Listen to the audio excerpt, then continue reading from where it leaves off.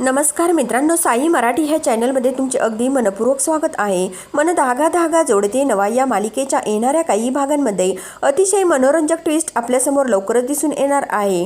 तर मित्रांनो, इकडे अंशुमन हा मेलेला काही नसतोच, परंतु अंशुमन हा सर्वांसमोर मेला आहे असे चित्र दाखवत असतो आणि बिचाऱ्या आनंदीला घरामध्ये कुठे बाहेर हा अंशुमन खूप त्रास देत असतो. परंतु बिचाऱ्या आनंदीवर कोणी विश्वास ठेवायला तयारच नसते, कारण घरामध्ये रुंदा, सुधा व शलाका यांना वाटत असते की फक्त आनंदीला भास होतोय आणि आनंदीला भास होत असल्यामुळे आता या सार्थकवर अंशुमनची मर्डरची जी कंप्लेंट झालेली असते यामध्ये आरोपी बिचाऱ्या सार्थकला ठरवलेले असते, कारण या सार्थकने तर काही केलेले नसते आणि ह्या अंशुमनने आपली फक्त डेड बॉडी सर्वांसमोर त्या अग्निकुंडामध्ये पाडून खरा अंशुमन तर जगतच असतो आणि हे सर्व त्या बिचाऱ्या आनंदीने सर्वांना सांगितलेले असते. परंतु आनंदीवर कोणी विश्वास ठेवायला तयारच नसते.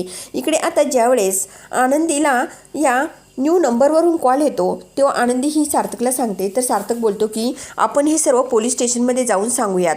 इकडे आता आनंदी व सार्थक जेव्हा पोलीस स्टेशनला स्टेटमेंट देण्यासाठी येतात तेव्हा मात्र इकडे पोलीस काही ऐकून घ्यायला तयारच नसतात.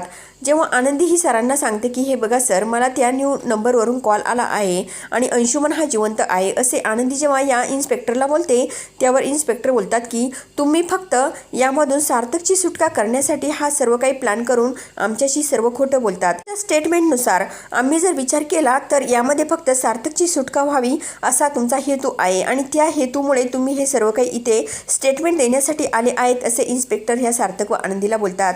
आता हे ऐकताच या सार्थकला या इन्स्पेक्टरचा खूप राग येतो आणि हा सार्थक बोलतो की अहो इन्स्पेक्टर, आम्ही जे काही खरं आहे ते तुम्हाला सांगायला इथपर्यंत आलो आणि तुम्ही आम्हाला वरून बोलता की काय तुम्हाला फक्त ह्या केसमधून बाहेर पडायसाठी तुम्ही हा सर्व प्लॅन करताय. मला नाही पटलं इन्स्पेक्टर तुमचे हे बोलणे असे सार्थक या इन्स्पेक्टरला बोलतो. त्यानंतर सार्थक आनंदीला बोलतो की चला आनंदी आपण घरी जाऊयात. तर सार्थक आनंदीला घेऊन इकडे रोडने येत असतो. इकडे जेव्हा रोडमध्ये आनंदी ही या अंशुमनचाच गाडीमध्ये विचार करत असते तेव्हा सार्थकचं लक्ष आनंदीकडे जातं. त्यानंतर सार्थक हा बोलतो की कसला विचार करताय. तर आनंदी बोलते की सर, माझ्यावर कधी कोण विश्वास ठेवेल हो की अंशुमन हा जिवंत आहे म्हणून. तेव्हा सार्थक बोलतो की आनंदी, तुम्हाला फक्त भास होतोय, कारण अंशुमन हा जिवंत नाहीये, अंशुमन हा मेलेला आहे. तुम्ही फक्त त्याचा जास्त विचार करताय ना, त्यामुळे तुम्हाला ह्या सर्व गोष्टींचे भास होतात असे पण हा सार्थक या आनंदीला बोलत असतो. त्यानंतर इकडे रोडमध्ये आईस्क्रीमची गाडी या सार्थकला दिसते. तेव्हा सार्थक हा बोलतो की थांबा, ऊन खूप आहे त्यामुळे आपण आईस्क्रीम खाऊयात.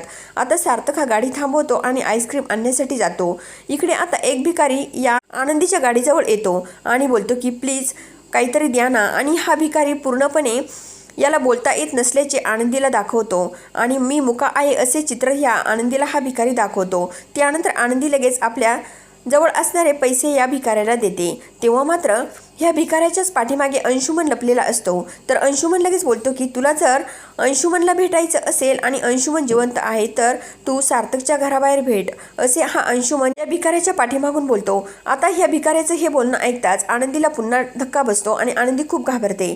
तेवढ्यामध्ये हा भिकारी असा पुढे निघून जातो. दुसरीकडे सार्थक हा गाडीमध्ये आनंदीला आईस्क्रीम आणून देतो. तेव्हा आनंदी बोलते की अहो सर, काय झालं, मगाशी एक भिकारी आला होता आणि तो मला म्हणाला की अंशुमन जिवंत आहे, तुला जर अंशुमनला भेटायचं असेल तर तू सार्थकच्या घराबाहेर भेट असे तो भिकारी मला बोलला आणि ते बघा तिथेच भिकारी आहे असे आनंदी ही सार्थकला सांगते. तर सार्थक धावत पडत आता त्या बिचाऱ्या भिकाऱ्याजवळ जातो आणि बोलतो की काय म्हणाला तू मगाशी. यांना आनंदी सुद्धा धावत पडत याच्याजवळ येते आणि बोलते की अरे सांग ना, तू मगाशी काय म्हणाला की अंशुमन जिवंत आहे.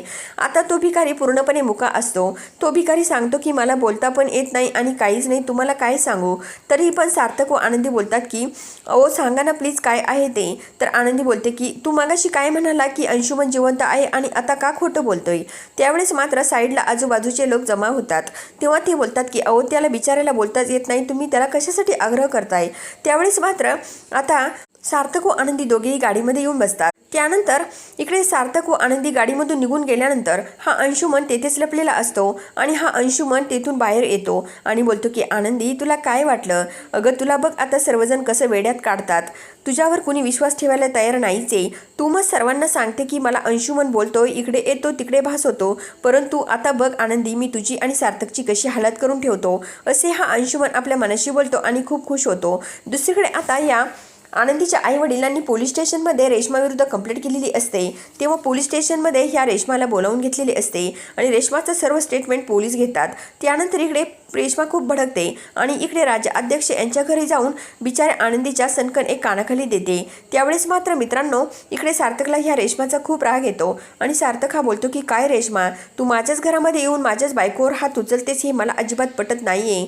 त्यावेळेस इकडे ही रेश्मा बोलते की हे बघ सार्थक, आजपर्यंत मी तुझ्यावर खूप काही प्रेम केलं, मैत्री केली, परंतु इथून पुढे मी तुझ्यावर प्रेम करणार नाही, तर आपल्यामध्ये फक्त आता दुश्मनी असणार, असे पण ही रेश्मा या सार्थकला बोलते आणि तेथून निघून जाते। तर दुसरीकडे असं बघायला मिळतं की आता ह्या आनंदीला तर वेळोवेळी या अंशुमनचा भास होत असतो। आनंदीच्या डोक्यामध्ये फक्त एवढंच असतं की अंशुमनला काही झालं तरी सापडवायचं आणि अंशुमनला या सार्थकसमोर उभा करायचं आणि सार्थकला ह्या जी अंशुमनच्या आरोपाखाली जी कंप्लेंट केलेली असते त्या कंप्लेंटमधून या सार्थकला कसं बाहेर काढता येईल हाच हेतू फक्त आनंदीच्या डोक्यामध्ये असतो। त्यामुळे आपल्याला सार्थक सरांना या मोठ्या केसमधून कसं बाहेर काढता येईल एवढंच फक्त आनंदीच्या डोक्यामध्ये विचार चालू राहतात। दुसरीकडे वृंदासुद्धा ह्या आनंदीला तू त्या अंशुमनचा एवढा विचार करू नको, त्यामुळे तुला भास होतात असे सांगत असतात। त्यानंतर मित्रांनो असं बघायला मिळतं की आता ह्या भिकाऱ्याच्या पाठीमागे या अंशुमनने सांगितलेलं असतं की तुला जर अंशुमनला भेटायचं असेल तर तू सार्थकच्या घराबाहेर भेट। आता तोच विचार आनंदीच्या मनामध्ये फिरत राहतो। तर बिचारी आनंदी घरी आल्यानंतर थोडीशी बाहेर येते, तेवढ्यामध्ये अंशुमन एका झाडाच्या आड लपलेला असतो।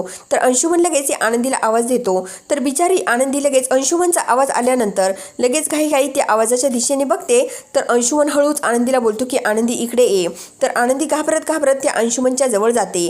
आता आनंदीला अंशुमन समोर दिसताच खूप मोठा धक्का बसतो। आनंदी लगेच खूप मोठमोठ्याने सार्थक सर असा आवाज देते आणि तेवढ्यामध्ये मित्रांनो यो अंशुमन तेथून पळून जाऊ लागतो। तेवढ्या सार्थक तिथे येतो। सार्थकला सुद्धा हा अंशुमन दिसतो। तर वृंदा बोलते की काय हे मुलीचं नेमकं काय चाललं, सारखी घरामध्ये अंशुमन नावाचा जप करत राहते, हिला दुसरं काही दिसत नाहीच का, असे ही वृंदा या सार्थक समोर बोलत असते।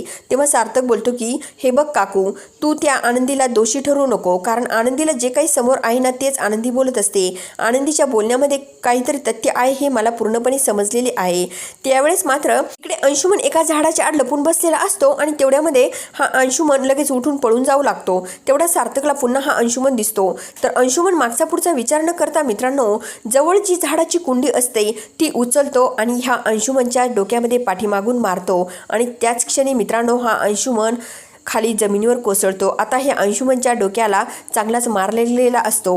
तर अंशुमन लगेच तेथे जमिनीवर कोसळल्यानंतर आनंदी, सार्थक, वृंदासुद्धा सर्वजण धावत पळत तेथे जातात आणि हा अंशुमन खाली पडलेला बघता सर्वांना खूप मोठा धक्का बसतो। मग ही वृंदा लगेच बोलते की हा अंशुमन तर जिवंत आहे, मग त्या दिवशी सार्थकच्या लग्नामध्ये अग्निकुंडामध्ये जी या अंशुमनची डेड बॉडी पडलेली आहे तो कोण होता नेमकं, असे ही वृंदा सर्वांसमोर बोलते। आता मित्रांनो अंशुमन खाली पडलेल्या अवस्थेमध्ये हा सार्थक त्या अंशुमनच्या शर्टची कॉलर पकडून त्याला उठून उभा करतो आणि एक सनकन जोरात कानाखाली देतो आणि त्याच क्षणी मित्रांनो ही आनंदी लगेच इकडे पोलीस स्टेशनमध्ये इन्स्पेक्टरला फोन लावते आणि तेथे बोलावून घेते आणि ह्या अंशुमनला आता पोलिसांच्या ताब्यामध्ये देतात। इकडे सार्थकने तर अंशुमनला खूप बेदम चोप दिलेला असतो आणि इन्स्पेक्टरने सुद्धा या अंशुमनला चांगलाच बेदम चोप दिलेला असतो। आता ह्या अंशुमनला पकडून पोलीस स्टेशनमध्ये घेऊन जातात। दुसऱ्या दिवशी मित्रांनो आता सार्थकवर जी अंशुमनच्या मर्डरची केस टाकलेली असते त्या केसची सुनावणी असते। सर्वजण कोर्टामध्ये हजर झालेले असतात आणि त्याच वेळेस या अंशुमनला सुद्धा कोर्टामध्ये हजर केलेलं असतं आणि इतक्या मोठ्या खोट्या आरोपाखाली ह्या सार्थकला अडकवलेलं असतं। त्याच क्षणी खूप मोठा पुरावा आता कोर्टामध्ये या आनंदीने सर्वांसमोर सादर केलेला असतो आणि ह्या अंशुमनला हजर केल्यानंतर हा अंशुमन या कोर्टामध्ये अगदी पोपटासारखा सर्व खरं सत्य सांगत असतो। तर मित्रांनो आता ह्या अंशुमने जेव्हा कोर्टामध्ये सर्व सत्य सांगितल्यानंतर आणि सर्व काही कबुली दिल्यानंतर सार्थकची ह्या केसमधून निर्दोष सुटका होते आणि त्याच क्षणी आनंदी, सुधा, अरविंद, आदर्श आणि आकांक्षा यांना खूप आनंद होतो। तर मित्रांनो आता पुढे काय काय घडणार, अंशुमनला आता खडी फोडायला जावी लागणार का आणि जेलमधून आता अंशुमन हा सुटणार की नाही, हे सर्व बघण्यासाठी आपल्या साई मराठी ह्या चॅनलला नक्की सबस्क्राईब करा, लाईक करा आणि व्हिडिओ बघितल्याबद्दल धन्यवाद।